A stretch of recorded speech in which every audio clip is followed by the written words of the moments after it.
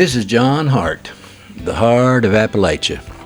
It's rolling in getting close to 3:57 a.m. in the morning.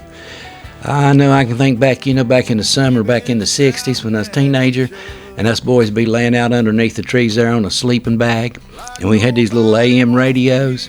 Now, if everything just right, if the stars and the moon and all that was lined up just right, we could turn them little radios on and we'd hear that static, but also we'd hear, "This is the Wolf Man."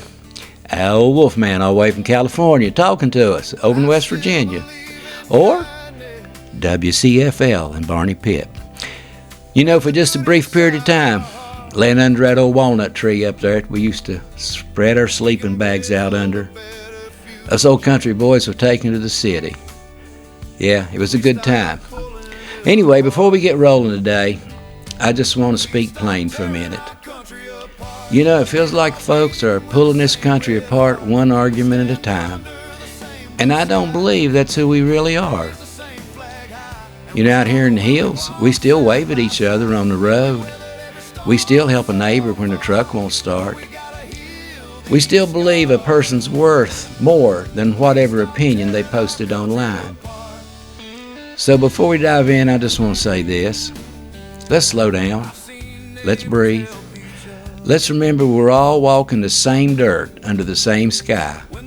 And maybe, just maybe, we can start treating each other like we still believe that. I've been thinking a lot. I do that a lot. But anyway, I've been thinking a lot lately about how easy it is to forget the good in people. Not because it's gone, but because the loudest voices ain't always the truest ones. You turn on the TV, scroll your phone, listen to the chatter, and you'd think this country is made up of nothing but folks looking for a fight. But that's not what I see when I step outside. I see neighbors helping neighbors.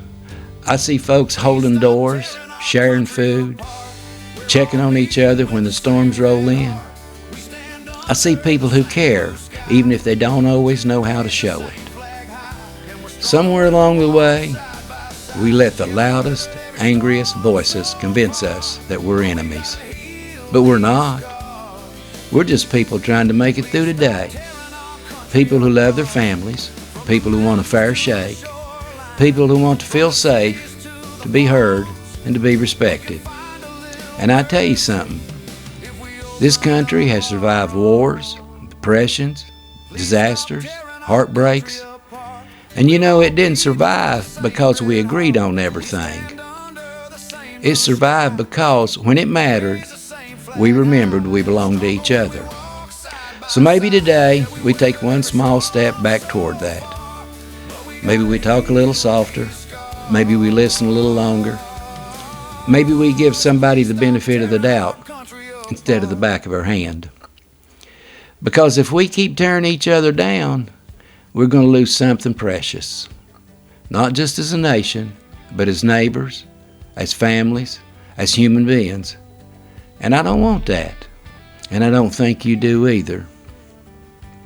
All right, friends, that's going to do it for today. But before I let you go, I want to leave you with this thought. We're all tired. Tired of the noise. Tired of the fighting.